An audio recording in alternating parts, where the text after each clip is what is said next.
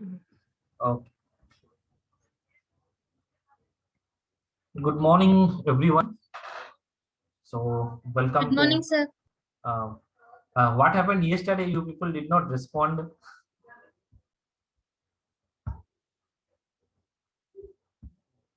Okay,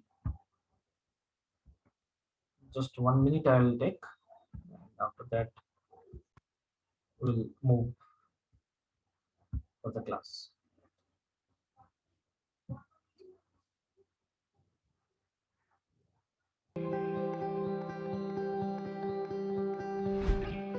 In ancient times, a king had his men place a huge rock on a roadway. He then hid in the bushes and watched to see if anyone would move the rock out of the way.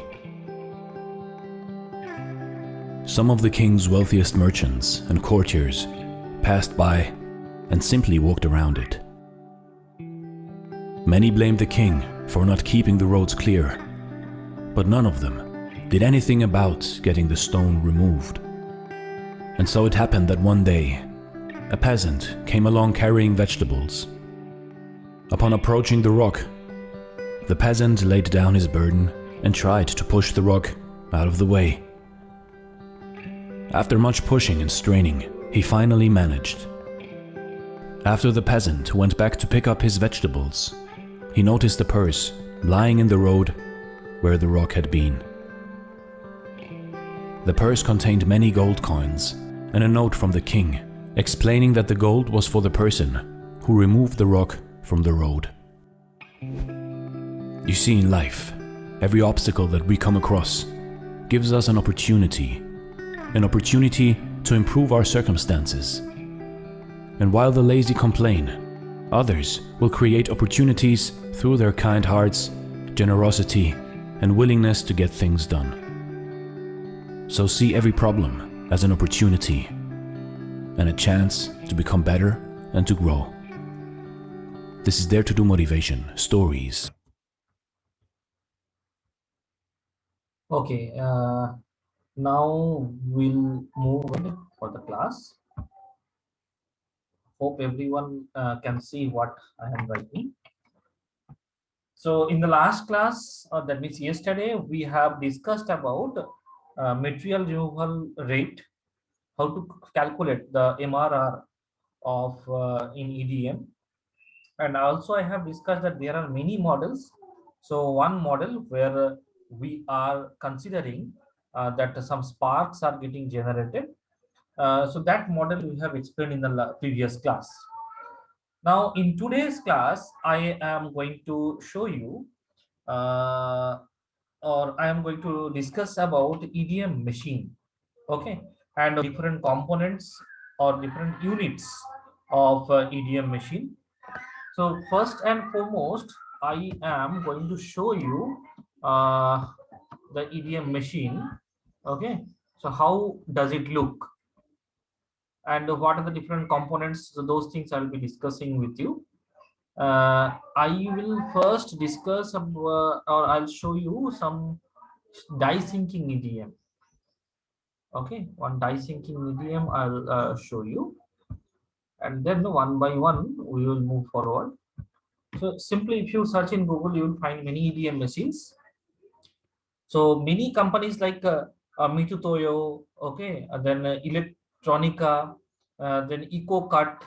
So these kind of machines will be there. Okay, so there will be many companies who will manufacture EDM machines, as well as here like JK machine. Okay, JK machines is shown in this one.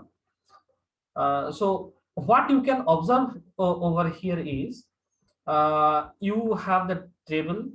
Okay, this is the table actually, and here we are fixing everything, or we are fixing with the floor. And here we have got the dielectric stored or dielectric tank, and you can see the pump over here. Then by the help of some pumping system, here we will have some nozzle and all. Some sensors are attached here, and in this portion we will have the sinking chamber, okay, where the workpiece will be synced. And this is another one. where we have got the tool mounted, like here we will be mounting the tool, and it has the provision to move along this direction, and the bed or this one or the table, it can move along this direction and this direction. That means this will have z direction movement, and the table will have x and y direction movement. Okay, so there are many units which are present in this EDM machine. This is die sinking EDM. I'll show you wirecut EDM also and some components of that also when we'll discuss about what wirecut EDM. Okay, or WEDM. Right. So number one component of EDM machine, and the main component which may come in exam also, is power supply.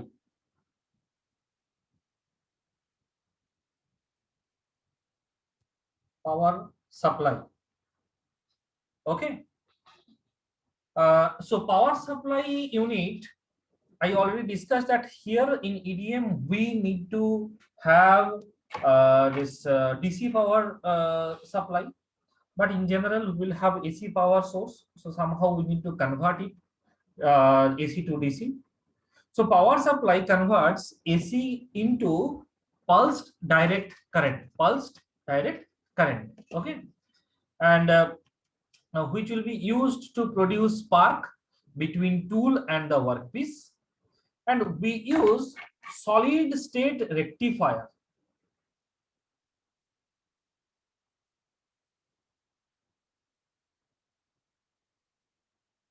We use solid state rectifier to convert AC to DC. Okay, so we use solid state rectifier to convert AC into DC. A fraction of DC power is used to generate a square wave signal with the help of a digital multi-vibrator oscillator. Okay, so our intention is somewhat to get a square form. Actually, trapezoidal form is better one. I'll discuss that also, how we can generate that. But we will get in general like this. Okay, we will in general get like this square form. Okay, so this is time and this is voltage. Time and voltage. Okay. So that's the signal trigger. So the signal, the electrical or pulse signal, that will trigger a bank of power transistors that act as high speed switches to control the flow of remaining DC power. And it creates high power pulsed output, which is responsible for generating the spark between electrodes. Okay, now for a given input voltage, a spark can be generated only at or below a certain gap between the tool and workpiece, because there is some minimum gap which is required. So then only we can get certain spark. And EDM power supply senses the voltage between those electrodes, and then it will send the relevant signals to the servo system. Okay, to the I will discuss about servo system also. So function of servo system is to maintain the desired gap between those two electrodes. Okay, now in power supply should also be able to control something like voltage, current. Okay, then duration and frequency of the pulse. Frequency, duration of the pulse. I have not discussed something about duty cycle. In the last class, I did not discuss. So anyhow, I'll be discussing it. What is duty cycle? Okay. So once we will discuss about all the parameters, then we'll go for duty cycle. Okay. So it is something like a ratio. Okay. Ratio between total cycle time and pulse on time. Okay, and then also electrode polarity. Okay, and duty cycle or duty factor, it is also called as duty factor, for which is generally calculated in percentage, okay, that controls the amount of time the energy is on during each pulse. Okay, so it controls the amount of time the energy is on during each pulse. Okay, and EDM power supplies are also equipped with some cutoff protection circuit. As soon as any arc due to short circuit between the electrodes occur, then what happens is this cutoff circuit that will terminate the power. Okay, and the power is also cut off due to over voltage and over current. Clear? So that is very, very important, which is cut off circuit. So what is the function of cut off circuit? So it will once there is short circuit happening between two electrodes, then it will terminate the power. Number one. Number two, if the power we are getting over voltage or we are getting over current, then also it will terminate the power. Okay, so this is something. Now during EDM process, uh, any of these may there are four states. Okay, so any of these four states may occur. Those are normal discharge. Okay, another one is free discharge. Then we may have short circuit, and we may have open circuit.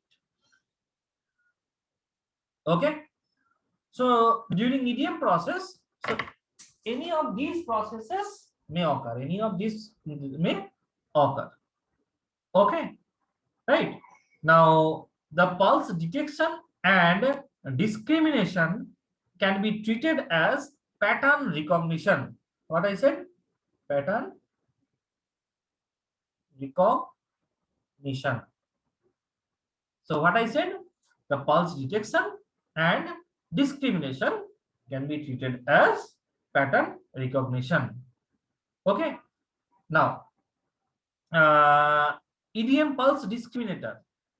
Okay. So it is developed for this purpose only. Clear? This is something about very short details I have given about this. Now in this also we have got next power supply system. I'll be discussing about it, like what are the generators. I'll be discussing about generators because that is very important for your exam. Which kind of generator generally we use in EDM, and what is the working principle of each kind of generators. Okay, which generator mostly we prefer, which generator we don't prefer much due to some or other problems. Okay, so second one or second unit, so first unit is power supply unit. Okay, and second unit is dielectric. Dielectric unit I have discussed many times, so I am not going to discuss it once again. Okay, now third one I'll focus more on power supply only. Okay, then third one is electrodes.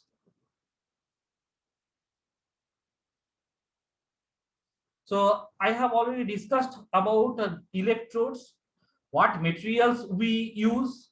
Okay, and what are the characteristics which a good electrode should have. Okay, now I already discussed like we can use copper, we can use brass generally, which is highly stable and relatively low wear rate we have. We can use graphite also, which is easily machinable, which has got a low wear rate and very good conductivity. So finally, our main intention is in electrode is it has to be electrically conductor. Then it should be having good heat conductivity. It must be cheap and it must be readily available. Few more characteristics also a good electrode should have. That is, it should be easy to machine. It should have low wear rate. Okay, so these are few desired quality. I have discussed already, right? So those things already I have discussed. But few other electrodes also we use. Okay, once again I'm writing. So in electrode, I said number one property should be good electrical conductor. Second point, it must be easy to be machined. Already in the previous classes, I have discussed that if it is not easy to be machined, then how to generate intricate shape, okay, in the workpiece. Then point number three should be good conductor of heat also.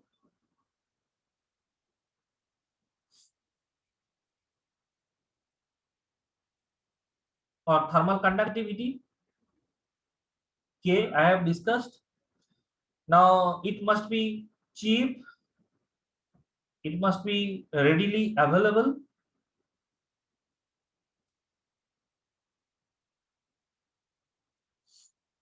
Okay. And another one I missed, that is wear rate, low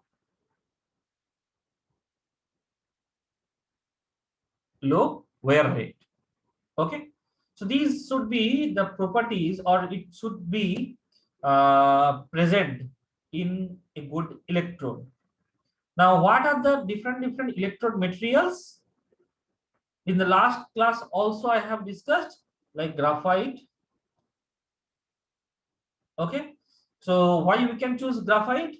It can be easily machinable. It has got low wear rate.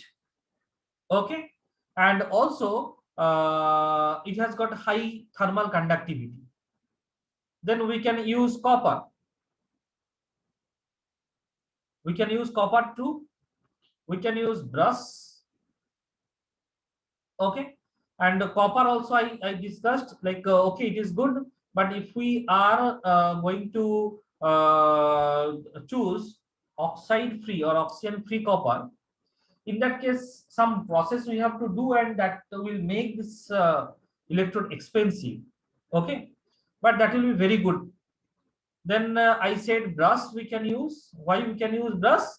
Because it is highly stable and it has got relatively low wear rate. I have discussed about copper tungsten.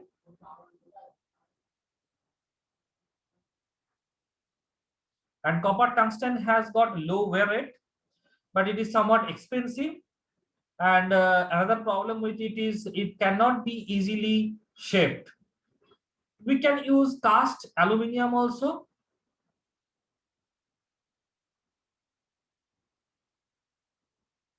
We can use copper boron also. We can use silver tungsten also. Note down, note down. Okay, and some other tools also we can use. Anyhow, copper and graphite only are more commonly used because that can be easily machined. Okay, uh, and the graphite electrode with finer grains will have less TWR, that means tool wear rate, and that will give better surface finish and higher MRR. Okay, so along with that, you note down that graphite electrode with fine grains will result in low TWR, that means tool wear rate. Then it will cause better surface finish as well as higher MRR.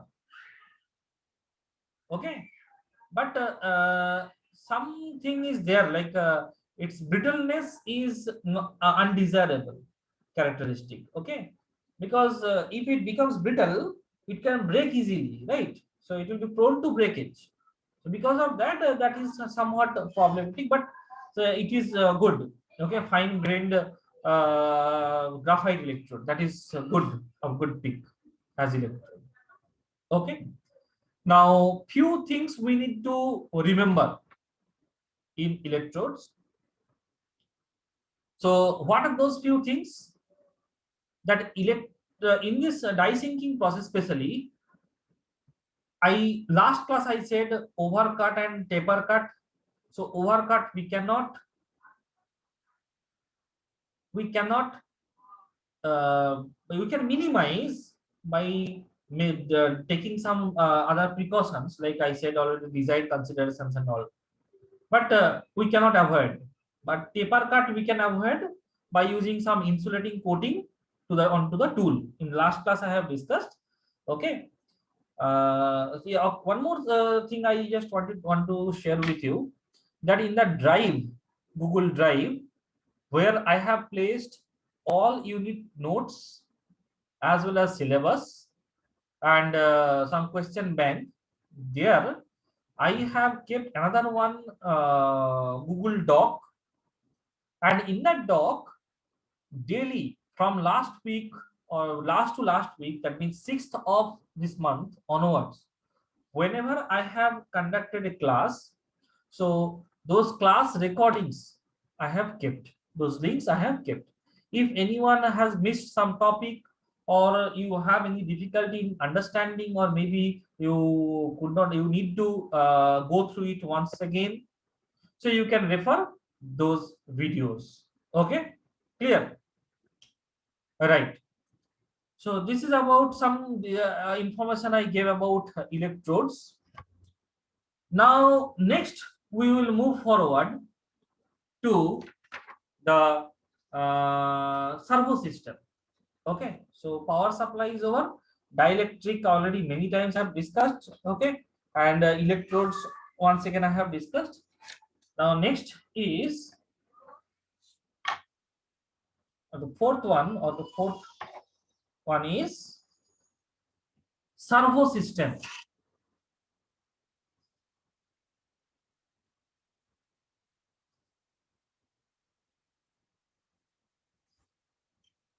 Servo system. Okay, so a servo system is used to maintain the predetermined gap between the tool and the workpiece. Okay, and there is a gap voltage, because I have discussed already, the gap is not a very big gap, it is a small gap which we are maintaining. And in order to generate the spark, we need to maintain that very gap. And with our conventional systems, it is not possible, or it is difficult. So in many times we can have open circuit, we may have short circuit, we may face the problem of not having enough conductivity between the interelectrode gap. So this kind of problems we may face. That's why a servo system is used in order to maintain a predetermined gap between the tool and workpiece. Okay, so there will be a gap voltage sensor in the power supply. Okay, what I said, gap voltage sensor will be there.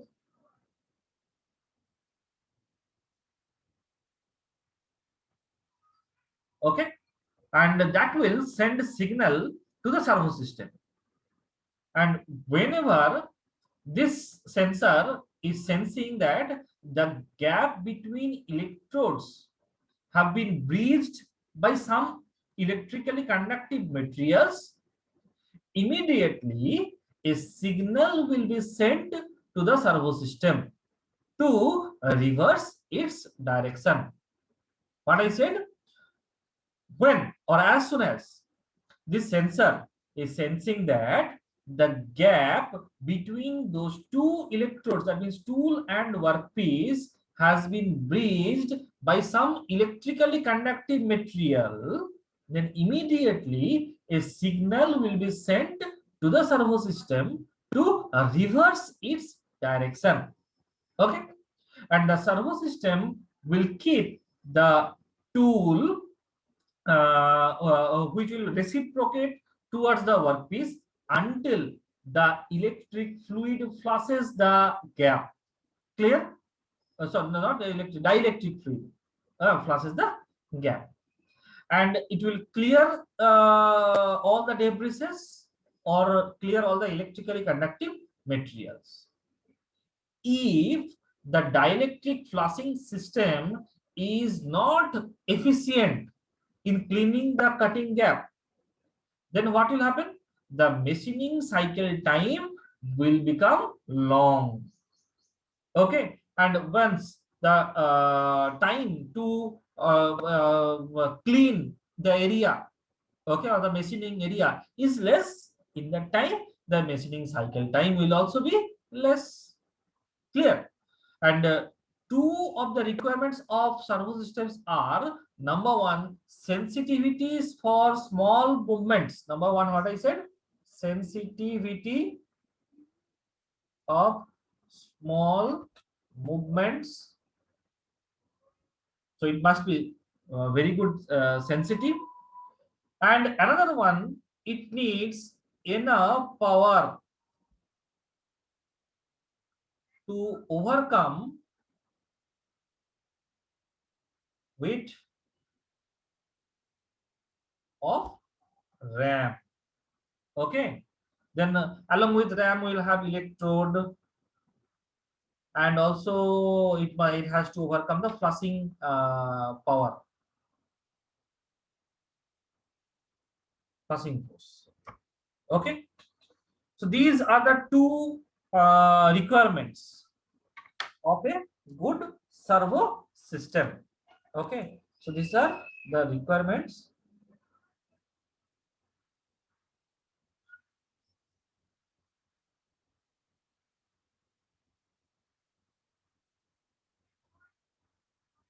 Fine. So this is about servo system. Now next, fifth one or fifth point is electrode refeeding.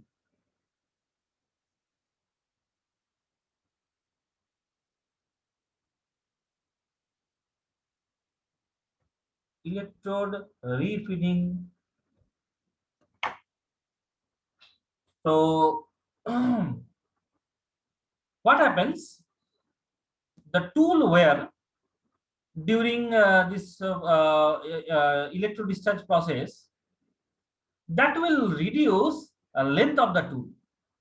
I said we cannot avoid tool wear, but it can be minimized by choosing the correct tool, by choosing correct alternative. Okay, I am making it. Okay, I think now it is fine. Electrode refeeding. So what I am saying, that the tool will change its length, or it will be reduced in length as continuously we will be machining it. Okay, and because of that reason, we may, or the servo system may not be able to understand what is the current length of the tool. Okay, so that problem we may face. So for accurate machining, the reduced length must be compensated. Otherwise, the length of each successive hole to be drilled will be shorter, because what will happen? Initially, the tool length will become, or will be, say for example, L. Okay, and in one workpiece, say we have got one workpiece like this. So it made some hole, it has generated some hole. Okay, and the depth we have taken, for example, depth is, or depth of the hole is d1, small d1. Okay, so what happens during this process? There will definitely be some sort of wear from the tool. Okay, some sort of wear will be there. Because of that, what will happen? There will be some change in length of the tool. That means previously it was small l, now it will become l minus, or second time. So this is first operation. Second operation, the same tool length will decrease, and now the length will become what? Now it will become L minus delta L. So what is delta L? Delta L is nothing but the loss of, or this is the wear. Okay, this is delta L.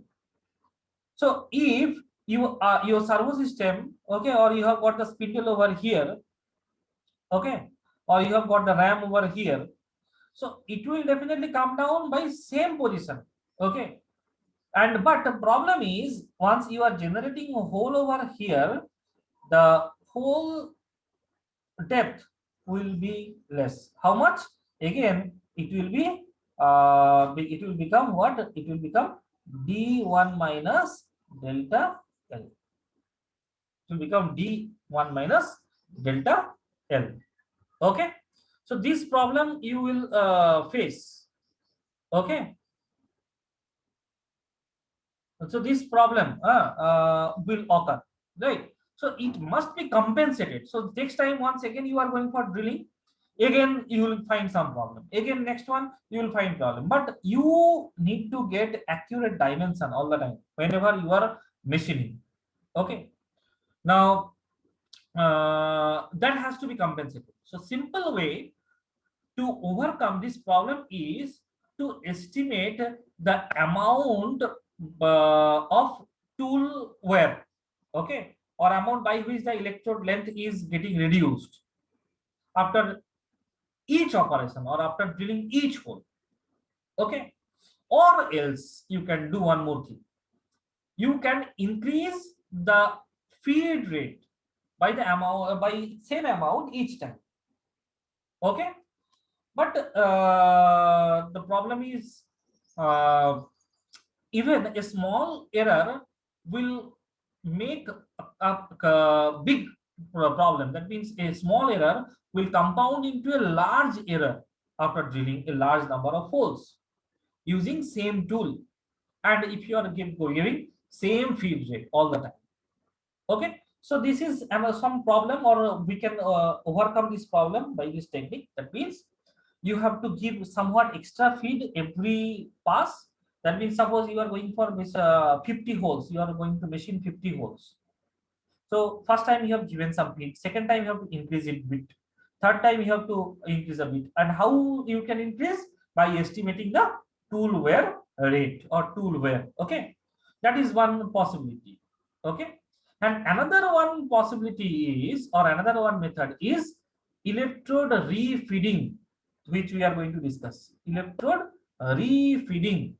So in that process, the tool after drilling a hole is brought back to its position every time, and again we are going to machine. Okay, that means, say this is the standard position of the tool. So once this hole is done, then we are going to switch it off. Then again we are bringing the tool down. Okay, we are bringing it to this position. Again we are machining this one. Again we are doing the same process. Okay, in that process what will happen? We did not estimate the tool wear. Whatever the tool wear is, we will get correct dimension in the final product. Okay, now it can, this process I am saying that we have to do, but it can be done automatically also as well as manually. Because in EDM process, when you are going for mass production and all, every time you will not open, it will not close, then again you will not pull it down, and again you will not fix it, again you are not going to perform the operation. So all the time it will become a difficult one or difficult task. For that, automated feed system, you will keep a sensor. Okay, automatic feed system will be introduced. Clear? So this is called electrode refeeding. I hope everyone understood this process. Yes? May I get some response? Yes, sir. Okay. Coming to the sixth one. Sixth one. What is that? CNCEDM. What? CNCEDM. It is not only EDM, all the unconventional machining processes are controlled by CNC technique. You might have already studied about CNC. Studied or not?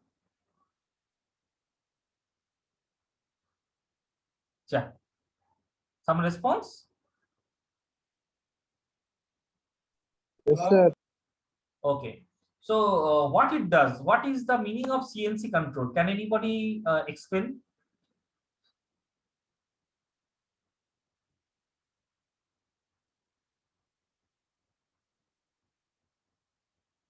Can anybody explain what is CNC or what is means what is the function of CNC or CNC technique?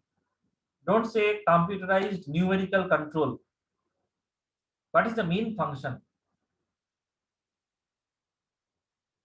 And don't say, sir, we use some G codes, M codes, and then we perform some machining operation. Definitely, we use G and M codes, but that is not the purpose of CNC. Can anybody tell? I already said like correct or wrong, but you just uh, try to give some answer, try to respond. What die sinking? I forget about die sinking and all. I am asking, do you know what about CNC? Why we go for CNC? Perform lathe operations. Okay, so CNC lathe. So don't you have CNC mill, CNC drill? I said CNC EDM. That means those conventional techniques also we must have, no? Control using computerized. Yes, Sir, it can actually, give accurate results, sir. So that's why we can use main thing a is TNC. our main intention is accuracy. Say, I'll give a small example. Say you have been given one cylindrical workpiece and you are asked to say the diameter is 25 mm. Okay, and you are asked to generate a step turning operation, or you have to perform a step turning operation. Okay, and this diameter must be equal to, it must be equal to say 10 mm. And here you want this one to be, or this diameter to be say 22 mm. Okay, now have you performed experiment in lathe? Normal lathe, forget about CNC and all. Have you performed any experiment in lathe? Respond. You have not done. Acha, last semester you had the maybe due to lockdown and all you could not perform properly. Huh? Okay. So generally what we do, we will have a single point cutting tool. Okay, and you will give a feed in this direction. Okay, so first what you do, you will be doing centering and all. Okay, and you have to means load the tool, then you need to fix everything. So these many operations you will be doing. Okay, all of them are not done with experiments. Okay, okay, so I am just explaining it in a brief. So what happens, you will be having one single point cutting tool. Okay, right, and then you will be doing some rough turning operation. What I said, rough turning. Rough turning. Now this side you will give depth of cut, and this side I said feed. Okay, so how much depth of cut you have to give? Initially you had 25 mm, yes or no? And finally you have to make 22 mm. So what should be depth of cut? Can anybody tell me? Initially you have been given diameter 25. Now you have to make it 22. What should be depth of cut? Can anybody tell?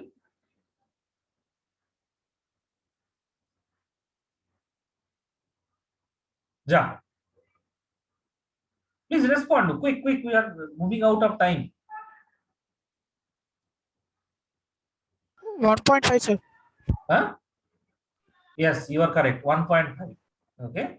Because it will be 25 minus 22 by 2. That means 3 by 2. That means 1.5. Okay. Not 3. Because if you are removing 1.5 from this side also 1.5 automatically will be reduced. So you have done this thing. Now, you might have seen in that feed mechanism, okay, we will be having some rotary type of device. Okay, so there we have got some scales. So then first you will give 0.5, then again 0.5, then again you will rotate by 0.5. But this process is not precise. You may give 0.51. You may sometimes give 0.49 in place of giving 0.5. So finally, we may not get exact 22. We will get somewhere 22 plus minus say 0.5 mm. We may get, okay, 0. Not 5, 0.3. We may get by conventional process. But if we are controlling this or we are giving this depth of cut or feed everything by some servo control, you first need to know about servo control. Okay, you must study about servo control. What is the meaning of servo control? What is the meaning of stepper control? So until and unless you know, you may not understand this entire thing. Okay, so if you are going for CNC technique, so what will happen? A servo control will take care of this feeding or this depth of cut this thing. Okay, so as that will take care, it will be very precise and you will be finding dimensional accuracy. So similarly, in EDM also, not in EDM, in all or most of the unconventional machining processes, we will take help of CNC technique.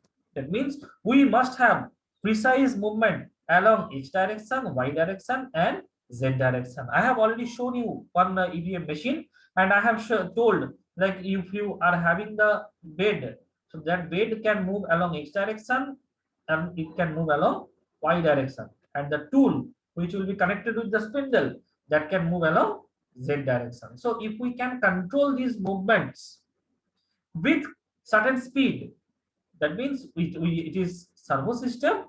Okay, and if we are controlling with some G codes and M codes, then it will be CNC technique. Okay, so that is CNC EDM. Okay, so so this is not the end of all the components, right?